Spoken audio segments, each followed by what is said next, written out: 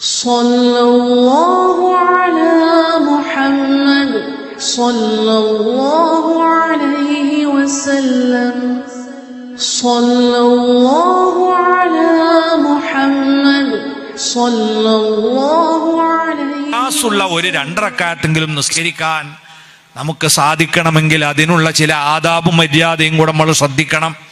ഞാൻ അവസാനിപ്പിക്കുകയാണ്. പണ്ഡിതന്മാര് പറഞ്ഞു തന്ന ചില കാര്യങ്ങളാണ്. നമ്മളെ നിസ്കാരത്തിൽ ഇഖ്ലാസ് കിട്ടണമെങ്കിൽ അതിലൊന്നാമതായി നമ്മൾ ശ്രദ്ധിക്കേണ്ടത്, നമ്മൾ കാമിലായ വുളു എടുത്തുകൊണ്ട് നിസ്കരിക്കുക. കാമിലായ വുളു എന്ന് പറഞ്ഞാൽ എന്താ? എല്ലാ അദബും സുന്നത്തും പാലിക്കുക. അവസാനത്തെ ദുആ അടക്കം നടത്തി 3 വട്ടം വരച്ച് കഴുകി അങ്ങനെ വുളു എടുക്കുക. എന്നാൽ ഇഖ്ലാസ് കൂടും. ഹദീസിൽ തന്നെ കാണാം, ജമാഅത്തായി നിസ്കരിക്കുന്ന സമയത്ത് മഅ്മൂമീങ്ങളെ കൂട്ടത്തിൽ വുളു അപൂർണമായവരുണ്ടെങ്കിൽ അത് കാരണമായി ഇമാമിന് തന്നെ മറവി സംഭവിച്ചേക്കാം. കാരണം ശൈത്താന്റെ സാന്നിധ്യം ഉണ്ടാവും അങ്ങനത്തെ നിസ്കാരത്തിൽ. അപ്പൊ കാമിലായ വുളു എടുക്കുക എന്നുള്ള ഒന്ന്. രണ്ടാമത്തേത്, നിസ്കാരത്തിലേക്ക് നിൽക്കുമ്പോൾ ബാങ്കും ഇഖാമത്തും കൊടുത്ത് ആണുങ്ങൾ നിസ്കരിക്കുക, പെണ്ണുങ്ങൾ ഇഖാമത്ത് മാത്രം കൊടുത്ത് നിസ്കരിക്കുക. ബാങ്കും ഇഖാമത്തും കേട്ടാൽ പിശാച് വിരണ്ടോടുമെന്ന് നബിയുനാ റസൂലുള്ളാഹി സ്വല്ലല്ലാഹു അലൈഹി വസല്ലം. ശൈത്താൻ പേടിച്ചോടും.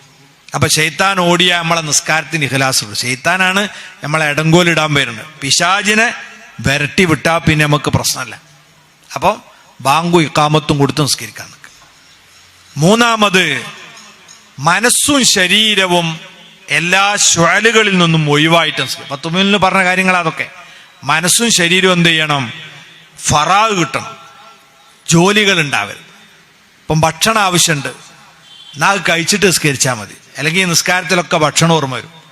അല്ലെങ്കിൽ വിസർജന ആവശ്യമുണ്ട്, എന്നാ അത് കഴിഞ്ഞിട്ട് നിസ്കരിച്ചാൽ മതി.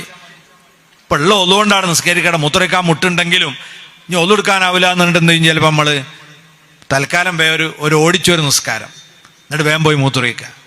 അപ്പം എന്തായി? ഇഖ്ലാസ് ഉണ്ടാവില്ല.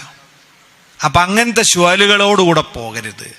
നാലാമത്തേത്, നിസ്കരിക്കാൻ നിൽക്കുന്ന സമയത്ത് നമ്മളെ മനസ്സിലൊരു ചിന്ത വരണം, ഇത് എൻ്റെ ജീവിതത്തിലെ അവസാനത്തെ നിസ്കാരമായേക്കാം.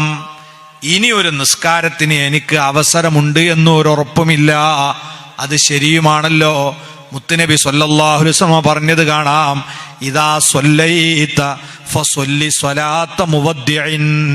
നീ എപ്പോൾ നിസ്കരിക്കുകയാണെങ്കിലും ഈ ലോകത്തോട് വിട ചോദിക്കുന്നവന്റെ മനോഭാവത്തോടെ നിസ്കരിക്കുക. നമ്മൾ യാത്ര പോകുമ്പോൾ നിങ്ങൾ ആലോചിച്ച്, നമ്മൾ പുരേന്ന് പോവാ, ഇനി 2 കൊല്ലം കഴിഞ്ഞിട്ടേ നാട്ടിക്ക് വരുള്ളൂ, സൗദിക്ക് പോവാ. ആ ഇറങ്ങാൻ നേരത്തെ ഒരു 2 റക്അത്ത് സുന്നത്തുണ്ട്. അതിൻ്റെ ഫീലിംഗ് ഒന്ന് വേറെയാണ്. ഇനിയിപ്പോൾ ഈ പുരയിലൊന്നും നിസ്കരിക്കാൻ പറ്റുമോ എന്നറിയില്ല, ഞാൻ ഇറങ്ങാണ്. അല്ലെങ്കിൽ ഹജ്ജിന് പോവാണ്, പ്രായമുണ്ട്, സുഖമല്ല, ഹജ്ജ് ഇനി തിരിച്ചു വരുമോ എന്നറിയില്ല. അപ്പം ആ പോണ സമയത്ത് ഒരു 2 റക്അത്ത് നിസ്കരിക്കുമ്പോൾ ഉണ്ടാവുന്ന ഒരു അവസ്ഥ അല്ലേ? അതേ അവസ്ഥയാണ് ഇതാ പടച്ചോനെ, ഇതെൻ്റെ ജീവിതത്തിൽ അവസാന നിസ്കാരമായേക്കാം. സംഭവിക്കാലും എത്ര ആളെ നമ്മൾ വാർത്ത കേൾക്കുന്നുണ്ട്. അല്ലാഹു നമ്മളെ പെട്ടെന്നുള്ള മരണത്തെ തൊട്ട് കാത്തു രക്ഷിക്കുമാറാകട്ടെ.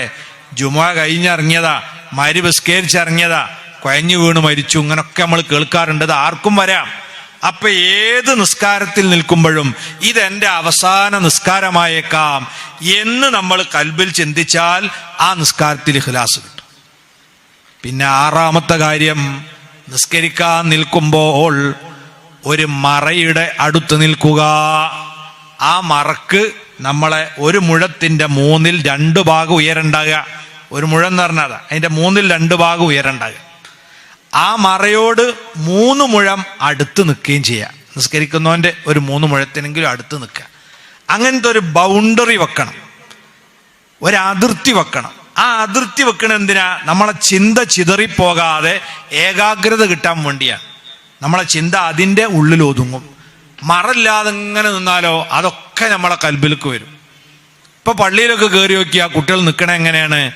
ഫുട്ബോൾ ഗ്രൗണ്ടിൽ പന്തലിക്കാൻ നിൽക്കണാര്യ, ഒരുത്തൻ ഹാഫ്, ഒരുത്തൻ ഫോർവേഡ്, ഒരുത്തൻ അത് അപ്പുറത്ത് ബാക്ക് നിൽക്കണ്, ഒരുത്തൻ ഗോളിയായിട്ട്, അങ്ങനെ അവിടെയും ഇവിടെയൊക്കെ ഇങ്ങനെ ഓരോരുത്തരെ കാണാം.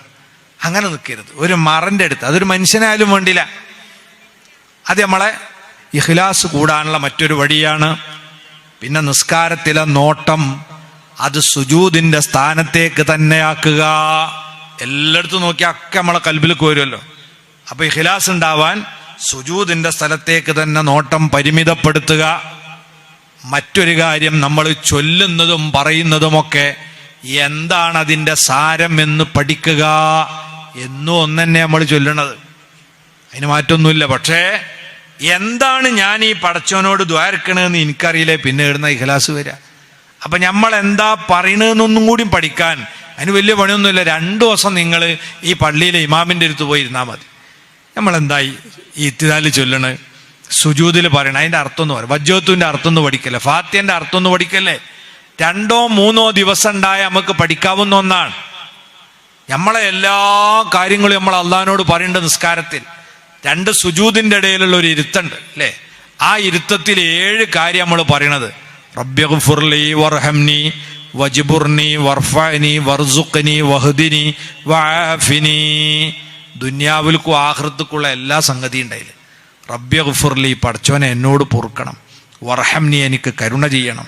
വജ്ബുർനി, എൻ്റെ എല്ലാ പ്രശ്നങ്ങളും പരിഹരിക്കണം. വർഫഅനി, എനിക്ക് നീ പുരോഗതി തരണം, പ്രമോഷൻ, പഠനത്തിലും ജോലിയിലും എല്ലാം, ഉദ്യോഗത്തിലൊക്കെ കയറ്റം തരണം. വർസുഖ്നി, എൻ്റെ ജീവിതോപാധിയൊക്കെ നീ പൂർത്തിയാക്കി തരണം. കുട്ടീനെ കെട്ടിക്കാനാണ്, വീടില്ല, ഒക്കെ പരിഹരിച്ചു തരണം. വഹ്ദിനി, എന്നെ നീ സന്മാർഗത്തിൽ ഉറപ്പിച്ചു നിർത്തണം.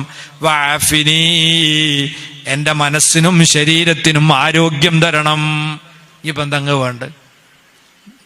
നമ്മളിതെങ്ങനെയാ പറയാ?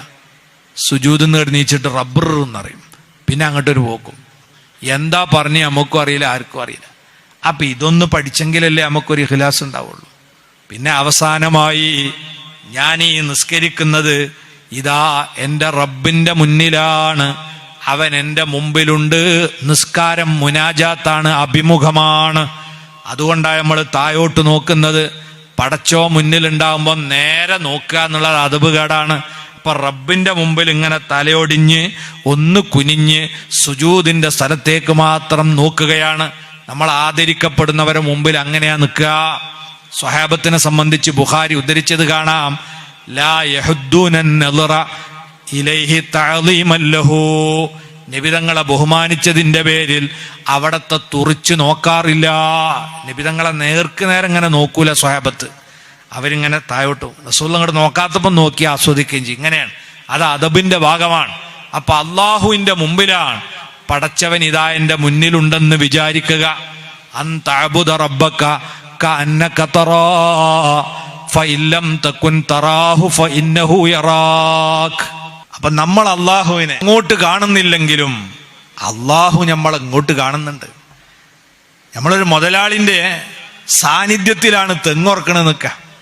നമ്മൾ തെങ്ങോർക്കാൻ പോയതാ, മുതലാളി എൻ്റെ അടുത്ത് ഇങ്ങനെ നിൽക്കുന്നുണ്ടെങ്കിൽ നല്ല മട്ടത്തിലേക്കില്ല പണി അല്ലേ. നല്ല അരും മൂല്യമൊക്കെ ചെത്തി നല്ല സ്പീഡിൽ വേഗം നമ്മൾ തെങ്ങോർക്കും.